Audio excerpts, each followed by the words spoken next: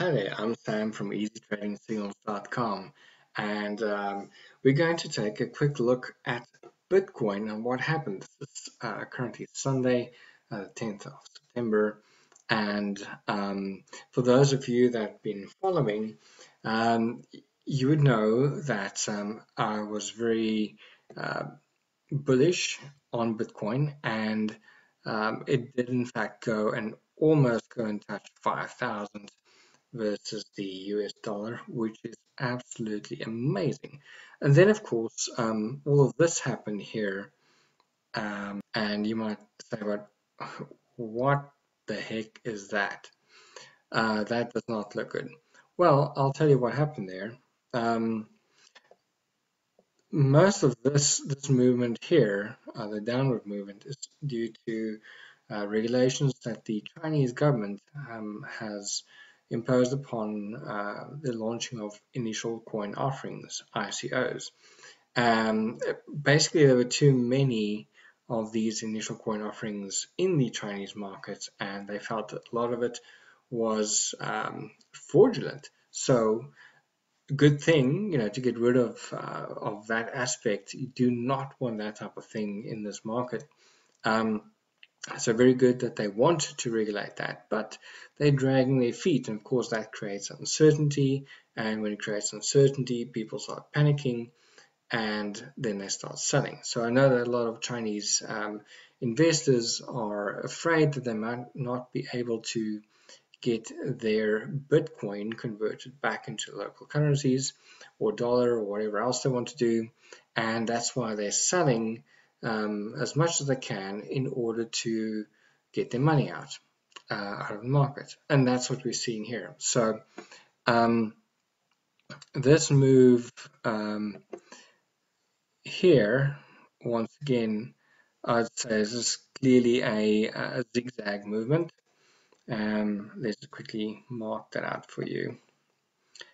1, 2, 3. All right.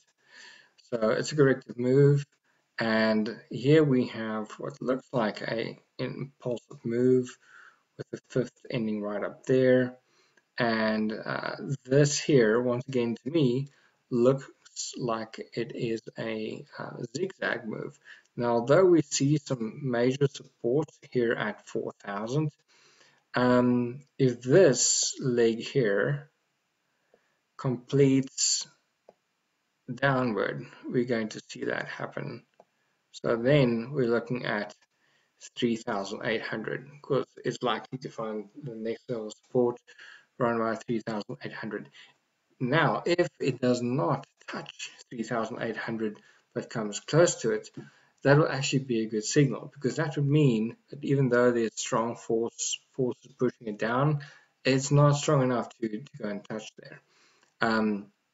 And if it then proceeds back up again, we know that we're in the clear. However, if it breaks through this level and goes down to, let's say, 3,600, which is the next level over here, then we know that it's pretty weak. So then we might see some further movement down before things recover back up. However, this is trading.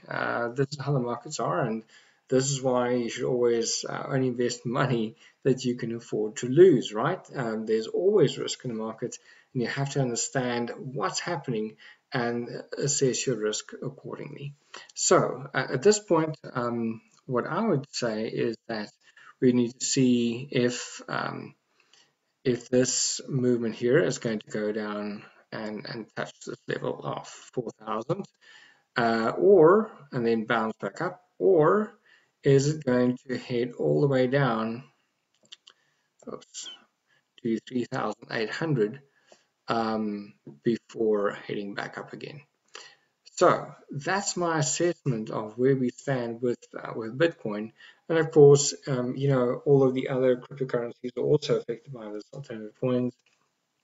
But since Bitcoin is one of the oldest, most respected, and most visible, of course, when it gets hit, everything else suffers as well. So, of course, you see Litecoin, Ether, and everything else going with it, as well as the offerings like Neo Of course, also closely tied to ICOs and the Chinese government. So all of those things will suffer. But in the coming week, we might see more clarity from the Chinese government in terms of how they're going to regulate this in the market. And once regulation sets in, once people know what the rules are, they can stick to the rules and continue from that point on. Okay, so that's basically it from Bitcoin. Maybe a quick update on where we stand with gold. Clear that out. There we go. All right, so gold is on a remarkable run. If you have been following my commentary on gold, I started back in January, right about here, and my prediction back then was that gold will reach all the way up to 1,375.